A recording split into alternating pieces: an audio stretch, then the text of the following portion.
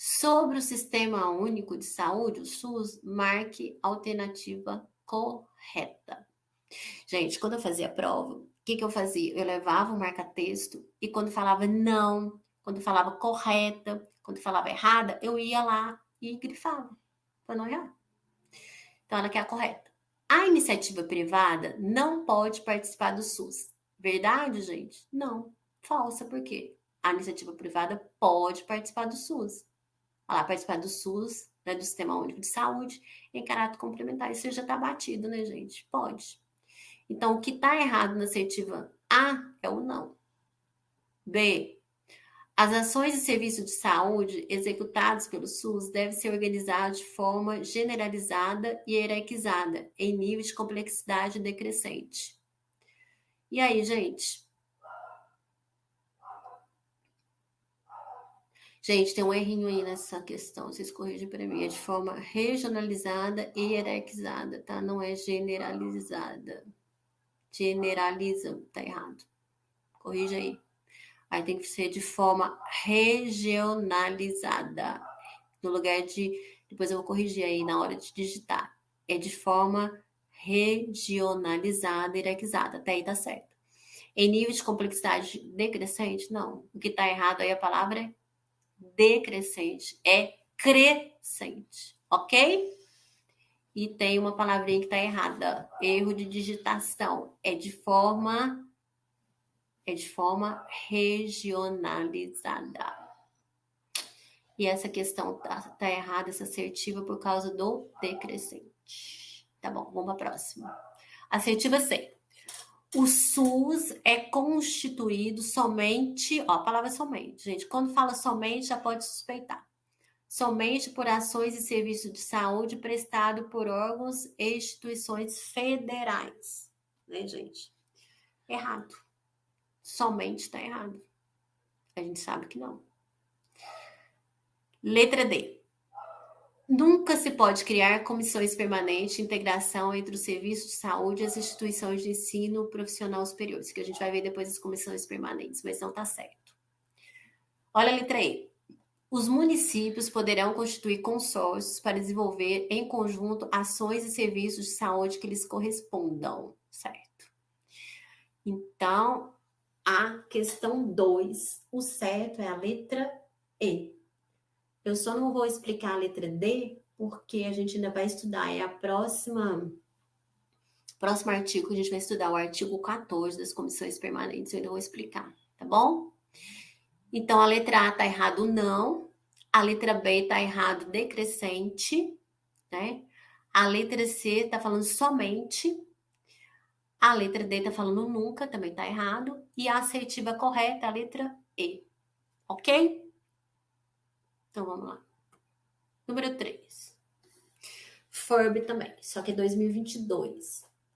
As ações e serviços de saúde executados pelo Sistema Único de Saúde, tem um S a mais na hora de digitar, seja diretamente ou mediante a participação complementar da iniciativa privada, serão organizados de forma regionalizada e hierarquizada em níveis de complexidade decrescente. Já sabemos que está errado, pela palavra decrescente. Isso aí já está ficando bem abatido, vocês não vão errar nunca mais, né, gente? Pelo amor de Deus, ninguém erra isso não. Se cair na prova de vocês, vocês não vão errar isso não, porque eu falei tanto disso. Regionalizada, hierarquizada em níveis de complexidade crescente, gente, tá certo essa? Sim, essa é a nossa resposta. Vamos ver as demais, porque tá errado. Hierarquizada e centralizadas em níveis de complexidade decrescente? Errado, porque não é centralizadas, né? É regionalizada e também decrescente. Assertiva D. Regionalizada e centralizada? Centralizada já está errado. Em nível de complexidade crescente, crescente errado. Então, a palavra que está aí errada é centralizadas. Regionalizada, centralizada? Centralizada já está errado. Em nível de complexidade decrescente, também decrescente está errado. Ok, gente? Fácil, né? Gente, não é uma questão dessa, não. Pelo amor de Deus. A banca quer que você faça uma associação entre os sentidos aqui da primeira coluna com os da segunda. Então, bora lá. Aqui diz assim: São necessárias muitas pesquisas para que... Lembra que eu te disse? O para que sempre é conector de quê? O para que é conector de finalidade, né? Então, se é finalidade, a gente chama de final, aqui é 4. Então, gente, só de olhar para cá, eu já sei que a letra C está fora, a letra D e a letra E. Então, a gente já tem aí, né, um provável gabarito, o provável gabarito está entre A e B.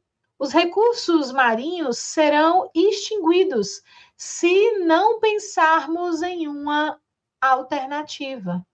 Aqui é o se típico da condição, né? Então, ó, os recursos serão extinguidos se não pensarmos, né? Então, muito cuidado, se aqui de condição. Sendo condição 1, 4, 1. Meu gabarito está aqui. Lá na sua prova, você não marca, tá? Você confere pelo menos mais um item aí por garantia. Não faça isso. Porque às vezes você fez o julgamento de algum item errado, aí vai com muita sede ao pote e acaba perdendo a questão, tá bom? Então, nesse caso, notou que, mas já dá para fazer o gabarito. De toda maneira, olha as outras alternativas, tenta completar tudo, tá certo? Agora, é claro, por exemplo, nessa terceira frase, ó. Talvez seja tarde quando as pessoas se derem conta, quando as pessoas se darem conta da necessidade de mudar de hábitos. Quando? Eu estou vendo que tem uma opção de tempo aqui, né? Então, quando é típico de tempo. A gente pensou em quer pensar e fazer uma pergunta relacionada a tempo, você usa quando? Né? Tempo para acabar determinado projeto. Quando vai acabar? Né? Tempo para fazer aí uma formatura. Quando vou me formar? Então, gente, esse aqui, até quem está no espetinho, no barzinho, essa hora, infelizmente vai saber esse quando, né?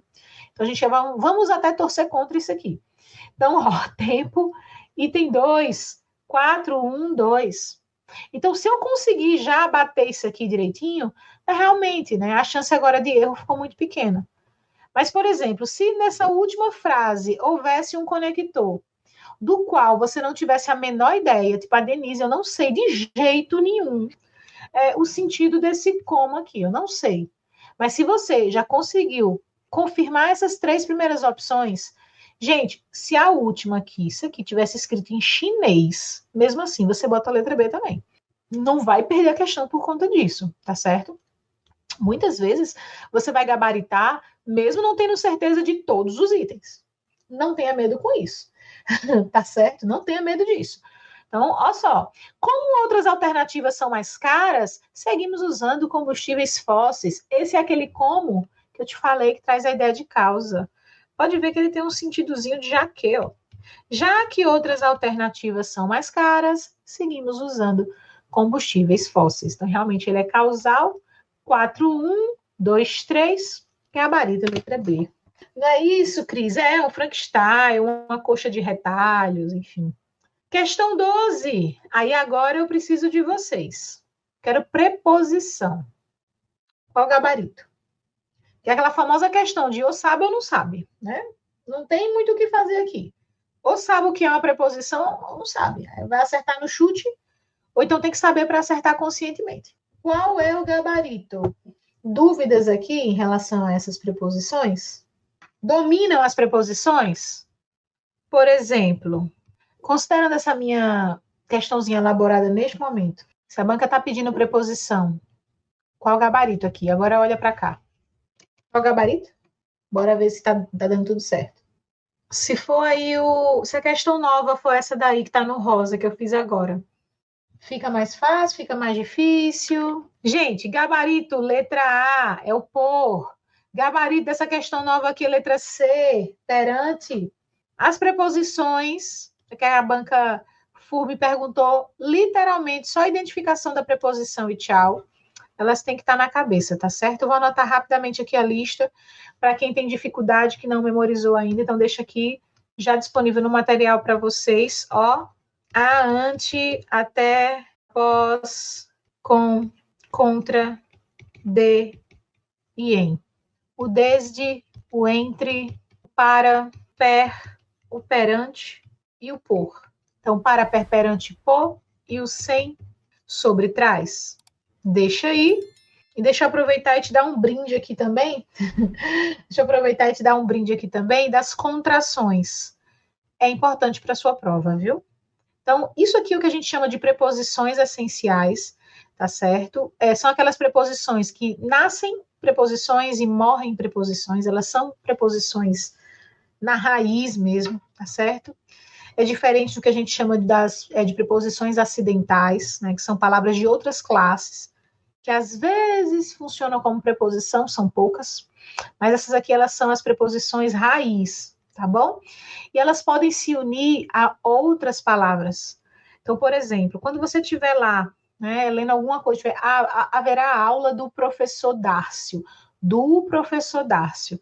Você tem que saber que esse do, ele foi produzido assim, ó. Aquele preparatório do CD Concursos está excelente, do CD Concursos. Você tem que saber que está acontecendo aí, neste do, você tem preposição de mais ó, tá certo? Então, tem que saber isso. Vou até deixar já aqui possibilidade de plural. Então, por exemplo, se eu disser, dos conteúdos, crase é o que me oferece mais dificuldade, dos conteúdos, tem que saber que nesse dos é o de, mais um os. Do mesmo jeito funciona para o feminino. Aula da professora Denise. E nesse da, você precisa lembrar que há um de e um a, tá certo? Do mesmo jeito, se você fizer o uso do plural. Também acontece, isso é o que a gente chama de contração, tá? Contração de preposição com artigo. A mesma coisa. Ai, que bom, gente. Que bom, fico muito feliz. Estou vendo de vez em quando eu fico vendo o feedbackzinho, aí fico aqui animadinho. Então, olha só, do mesmo jeito acontece com o no. Se eu digo, eu estudo no escritório, né? Estudo no escritório. Esse no, você tem que saber que ele é formado por em mais o. Você tem que saber, entenda, isso aqui é decoreba, infelizmente. A parte boa é que você só precisa decorar essa primeira parte, né? Esse primeiro elemento. Porque os outros, eles variam da mesma maneira. Então, se você sabe que D mais O é Dó, então você sabe que D mais O é Dós, D mais A é Dá, D mais A é Dás. Não precisa sair decorando todas as variações. Basta você memorizar a primeira fila. Então, ó, em mais O. Se eu digo no fim de semana, fico com a família. Você tem que saber que nesse no fim de semana tem um em mais um o. Ou seja, tem preposição na jogada. Do mesmo jeito acontece se eu disser na segunda-feira vou ao Pilates, por exemplo. Esse na segunda-feira em mais a, tá certo? Então, é interessante você saber isso daqui. Como é que seria classificado? O nem é uma conjunção, viu? O nem é uma conjunção pura, ele não é soma de nada, ele não é contração, não é nada. O nem, ele é uma conjunção pura e tem inclusive sentido de adição. Eu vou e falo assim: a menina arrumei um ótimo partido, viu, para meu primo, ou um ótimo partido para minha prima. Arrumei. Faz o que da vida? Nem estuda, nem trabalha. E você, então, meu filho, você é amigo da onça, né? Pense num amigo bom. Quando você diz nem estuda, nem trabalha, nem estuda, nem trabalha, percebe que é uma soma de coisas, só que é soma negativa, soma de coisas que você não faz. Caramba, nem estudei, nem revisei. Fiquei mexendo no Instagram. Nem estudei, nem revisei. Isso é o quê? Soma. Então, é um conector típico de soma. É conjunção, tá certo? E aí, para fechar, o por. Quando o por se encontra com o ó, olha que legal, pelo. Se eu digo, pelos meus cálculos, estamos a 1 hora de São Paulo. Pelos meus cálculos, estamos a 1 hora de São Paulo. Esse pelos meus cálculos é por mais os. Por mais os. Eu fiz isso pelo meu grupo. Por mais ó. Do mesmo modo, acontece com o a. Pelas estradas, encontrei flores. Esse pelas é por mais as. Combinado? Então, deixa aqui, ó, as contrações. É interessante ter isso em mente. E aí a questão 11 é uma questão de fazer as coluninhas, né? Então ele quer de associação. Então é uma prova de bucomaxilo, também é de quando a gente lê isso, a gente já sabe que é dente permanente, né? que está falando de dente permanente. Então, eu sei que está falando de dente permanente porque é uma prova de bucomaxilo. E ele quer que faça associação da primeira e da segunda coluna, né, de acordo com o trauma que está acontecendo. Então, vamos lá. Ele diz assim, luxação lateral. A luxação lateral é o quê? O que você faz? Então, aqui a gente vai pensar, ele está falando sobre o tipo de trauma e o tratamento que faz. Só que aqui é de permanente. Então, quando a gente tem uma luxação lateral em permanente, ou seja, o dente mudou de posição, o que a gente precisa fazer? No caso de dente descido, eu falei que às vezes a gente até extrai. Mas você vai extrair um dente permanente? Não. O que você vai fazer? Anestesiar o paciente, reposicionar aquele dente e fazer uma contenção, que também pode ser chamado de esplintagem. Então, a luxação lateral, o que a gente faz? Reposição dental e esplintagem. Então, aqui é o 1.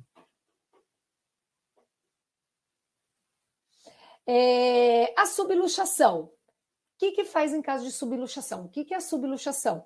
A subluxação é quando você teve o rompimento das fibras do ligamento periodontal, porém sem deslocamento, né? Então, o que a gente faz no caso de subluxação de dente permanente? Dente descido, a gente acompanha, né? E dente permanente, a gente faz o quê? Um alívio oclusal para você não ficar tendo contato prematuro e uma dieta mais pastosa. No caso da criança, a gente pode até fazer um alívio oclusal, mas o mais importante é tirar hábitos deletérios. Então, aqui vai ser o 2, né? Então, a subluxação, você faz o alívio oclusal e uma dieta mais pastosa para não ficar estimulando ali aquela polpa e diminuir o dano à polpa.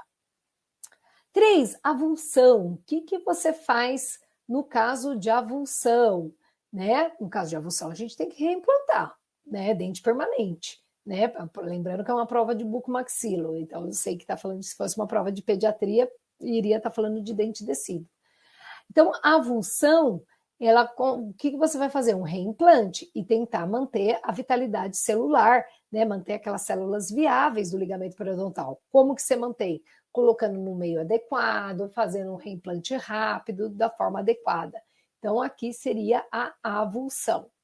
E aí, o que sobrou no caso de intrusão, né? O que a gente vai fazer? No caso de permanente, aí é bom que eu já explico para vocês, no caso de intrusão, se a risogênese estiver incompleta, ou seja, ápice aberto e raiz ainda formando, a gente, como nos tecidos, a gente aguarda a erupção espontânea, tá? Que é aqui, que vai dar o 4, tá? Que já vai ser essa alternativa E, tá? Então, vai ser a alternativa E, 4, 3, 1, 2. Agora, no caso de intrusão com risogênese completa, aí você tem duas formas de tratar. Ou você faz o reposicionamento cirúrgico, ou então você faz o reposicionamento ortodôntico, né? Faz um acesso, cola um bract e vai puxando aquele dente. Mas isso é para quando você está com a risogênese completa. Se for incompleta, a gente aguarda que o dente reerupciona também no caso de intrusão de permanente jovem, tá? Então aqui a associação vai ficar 4, 3, 1, 2, que é a alternativa E. E agora a última questão da aula de hoje, que vocês já devem estar bem cansados, né? Que já tem mais de 2 horas de aula, nem eu sabia que ia passar tanto tempo assim. Que é uma questão do ano passado, também numa prova de bucomaxilo, ou seja, vai falar de dente permanente. Então, mas é uma criança. Então, paciente feminino, 8 anos de idade, acompanhada de sua mãe, procurou atendimento em seu consultório odontológico por conta de um trauma no 11-21, tá? Então, sofreu trauma nos incisivos anteriores. A mãe relatou que foi chamada pela diretora da escola, já que sua filha havia batido a boca contra a cabeça de outra menina. Super comum, gente, acontece bastante esse tipo de trauma.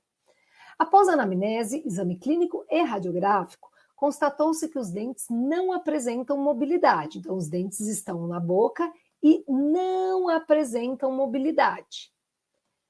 Que não há sangramento gengival, então não sangrou a gengiva. A gente já sabe que não é subluxação, tá? A gente já sabe que não é subluxação, porque não há sangramento gengival. Então, eles estão na boca, não tem mobilidade, não há sangramento gengival.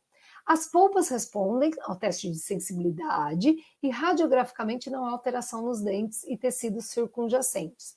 Diante dessas informações, assinale a alternativa correta. Então, ele não falou nada de deslocamento. Não deslocou, não sangrou, nós temos o quê? Uma concussão. Então, a alternativa B de bola. Não sangrou, não deslocou, tá? Não tem mobilidade, é o quê? A paciente teve uma concussão. Então, a alternativa B de bola.